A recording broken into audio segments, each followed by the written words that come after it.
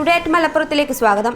വേങ്ങരയിൽ നവവധുവിന് ഭർത്തൃവീട്ടിൽ ക്രൂരപീഡനമെന്ന് പരാതി. സംഭവത്തിൽ ജില്ലാ പോലീസ് മേധാവിക്കടക്കം പരാതി നൽകിയിട്ടും നടപടിയുണ്ടാകാത്ത സാഹചര്യത്തിലാണ് പ്രതികളെ അറസ്റ്റ് ചെയ്യണമെന്നാവശ്യപ്പെട്ട് പെൺകുട്ടിയുടെ കുടുംബം ഹൈക്കോടതിയെ സമീപിച്ചത്. വേങ്ങര വലിയോറ സ്വദേശിയായ ഭർത്താവ് മുഹമ്മദ് ഫായിസ് ക്രൂരമായി മർദ്ദിച്ചെന്നാണ് പരാതി.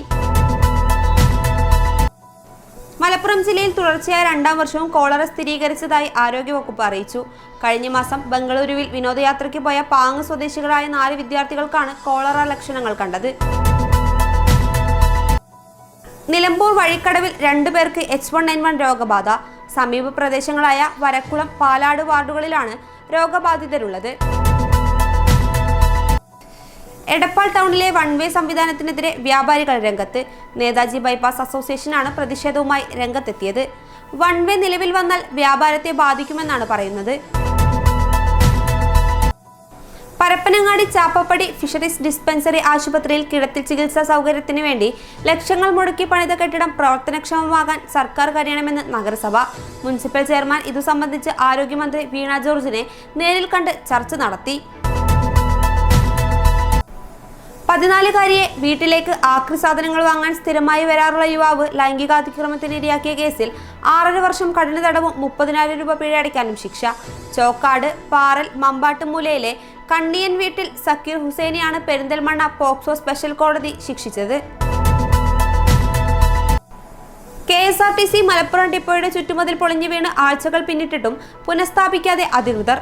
കുന്നുമൽ മഞ്ചേരി ബസ് സ്റ്റോപ്പിലേക്കാണ് മതിൽ പൊളിഞ്ഞു വീണത്. ഗ്യാരേജിലെ വണ്ടി പുറകോട്ടെടുത്തപ്പോൾ തട്ടിയാണ് ചുറ്റുമതിൽ പൊളിഞ്ഞത്. തിരൂരങ്ങാടി നഗരസഭ സമഗ്ര ശുദ്ധജല പദ്ധതിയുടെ ഭാഗമായി ചന്തപ്പടിയിൽ പുതിയ ജലസംഭരണി നിർമ്മാണം ആരംഭിച്ചു. നഗരസഭയിൽ നടപ്പാക്കുന്ന ശുദ്ധജല പദ്ധതിയുടെ ഭാഗമായി കരിപ്പറമ്പ്, കക്കാട്, വെന്നിയൂർ എന്നിവിടങ്ങളിൽ പുതിയ ജലസംഭരണി നിർമ്മിക്കുന്നുണ്ട്. ഇതിനോടൊപ്പമാണ് ചന്തപ്പടിയിലും പുതിയ ജലസംഭരണി നിർമ്മിക്കുന്നത്. എടക്കരയിൽ രാത്രിയായാൽ മേഖലയിലെ റോഡുകളെല്ലാം കാട്ടാനകൾ കൈയടക്കുന്നത് പതിവായതോടെ ജീവൻ പണയപ്പെടുത്തിയുള്ള രാത്രിയോട്ടം ഓട്ടോ ഡ്രൈവർമാർ അവസാനിപ്പിച്ചു. ഇപ്പോൾ മലയോര മേഖലയിൽ ഒരു ടൗണിലും രാത്രി വൈകിയാൽ ഓട്ടോറിക്ഷ കിട്ടാത്ത അവസ്ഥയാണ്. എടക്കര ടൗണിൽ മാത്രം പെർമിറ്റുള്ള 50ഓളം ഓട്ടോറിക്ഷകളാണുള്ളത്. എടക്കര മാവേലി സൂപ്പർ മാർക്കറ്റിൽ അവശ്യ സാധനങ്ങളില്ല. വിപണിയിൽ സാധനങ്ങൾക്ക് നിയന്ത്രണമില്ലാതെ വില ഉയരുന്നതിനാൽ സാധാരണക്കാരന്റെ അത്താണിയായ മാവേലി സൂപ്പർ മാർക്കറ്റാണ് നോക്കുകുത്തിയായത്. ഇതോടെ ടുഡേ അറ്റ് മലപ്പുറം സമാപിക്കുന്നു. പുതിയ വാർത്തകളുമായി അടുത്ത ദിവസം കാണാം. നന്ദി.